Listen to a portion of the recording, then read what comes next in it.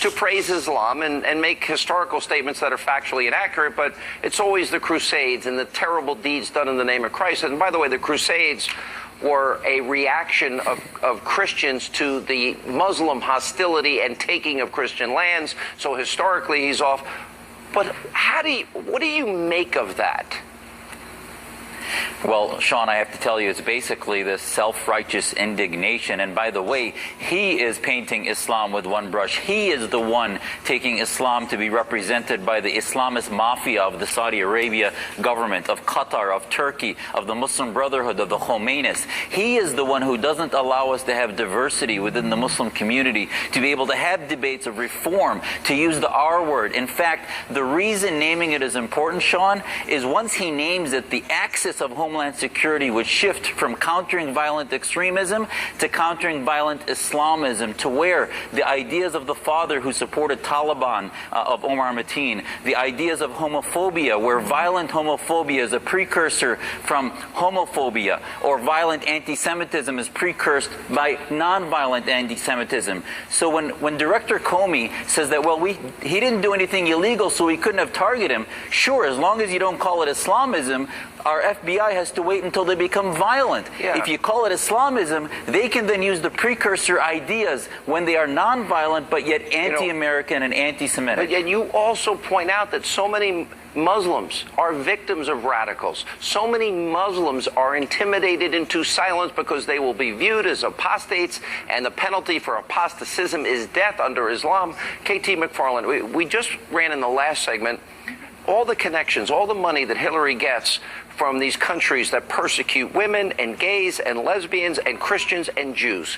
They take this money, they buy her silence. But more importantly, both Iraq and Syria, they release Gitmo detainees, terrorists back into the battlefield. They give Mohammed Morsi, a virulent anti-Semitic former Muslim Brotherhood head. They give him tanks and weapons and money, and they give Iran $150 billion. He's on the wrong side every time. She's on the wrong side every time. Why? Well, she's taking blood money.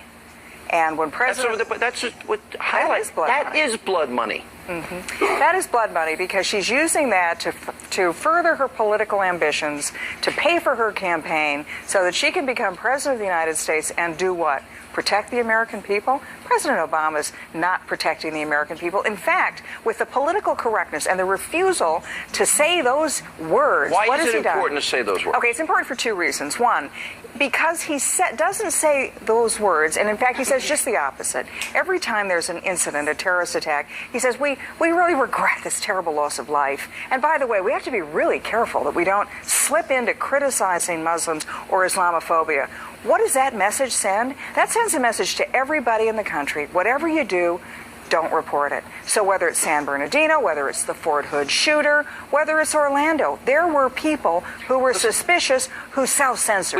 We had one of the founders of the DHS on this program last night, and he told the story about how he was literally told to scrub. Dr. Jasser, scrub the names of Muslims that had suspected terror ties once Obama came into office in 2009. Why?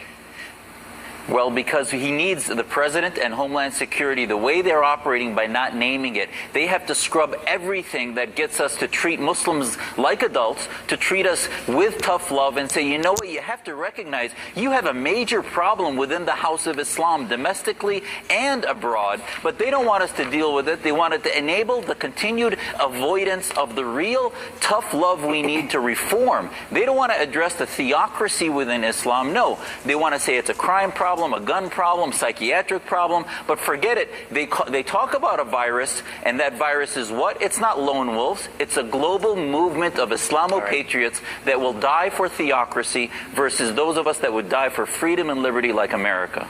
All right. Thank you both for being with us. And coming up next on the special edition of Hannity tonight.